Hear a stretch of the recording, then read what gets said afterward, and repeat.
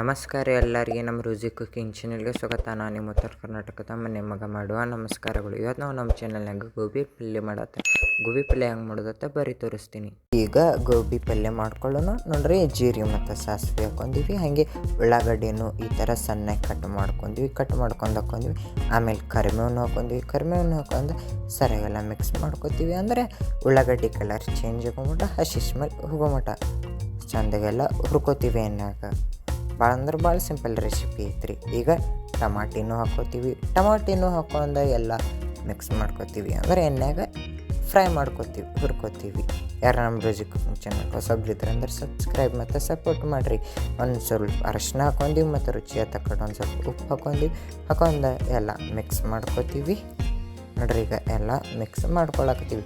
ಈಗ ಮನ್ಯಾಗ ಮಾಡಿದ ಒಂದು ಸ್ವಲ್ಪ ಗರಂ ಮಸಾಲನೂ ಹಾಕೊಂಡು ಸರಿಯಾಗಿ ಎಲ್ಲ ಮಿಕ್ಸ್ ಮಾಡ್ಕೊತೀವಿ.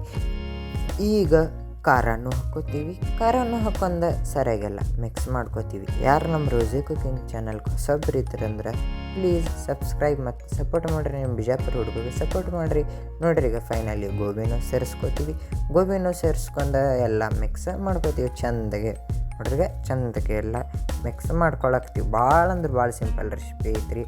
ಟೇಸ್ಟಿನೂ ಇರ್ತೈತಿ. ಗೋಬಿ ಹೆಲ್ತಿಗೂ ಚಲೋ ಭಾಳ. ಅದಕ್ಕೆ ಗೋಬಿ ಪಲ್ಯ ನೀವು ಮನ್ಯಾಗ ಮಾಡ್ಕೊಂಡು ತಿನ್ನಿರಿ. ಈಗ ಮೇಲೆ ಕೊತ್ತಂಬರಿನೂ ಹಾಕೊಂಡು ಎಲ್ಲ ಮಿಕ್ಸ್ ಮಾಡ್ಕೊತೀವಿ. ನೋಡ್ರಿಗ ಸರಿಯಾಗೆಲ್ಲ ಮಿಕ್ಸ್ ಮಾಡ್ಕೊಳತ್ತೀವಿ. ಈಗ ಮೇಲೆ ಒಂದು ಸ್ವಲ್ಪ ನೀರು ಹಾಕೊಂಡು ಎಲ್ಲ ಮಿಕ್ಸ್ ಮಾಡ್ಕೊತೀವಿ. ನೋಡ್ರಿಗ ಎಲ್ಲ ಮಿಕ್ಸ್ ಮಾಡ್ಕೊಳತ್ತೀವಿ. ಸ್ಮೆಲ್ ಹತ್ರ ಮಸ್ತ್ ಬರತೈತಿ. ಈಗ ಕುದಿಯಕ್ಕೆ ಇಡಬೇಕು. ನೋಡ್ರಿ, ಈಗ ಎಷ್ಟು ಚಂದ ಪಲ್ಯ ಕುದಿಯಾಕತ್ತೈತಿ. ನೋಡ್ರಿ, ಫೈನಲಿ ನಮ್ದು ಗೋಬಿ ಪಲ್ಯನೂ ರೆಡಿ ಆಗೈತಿ.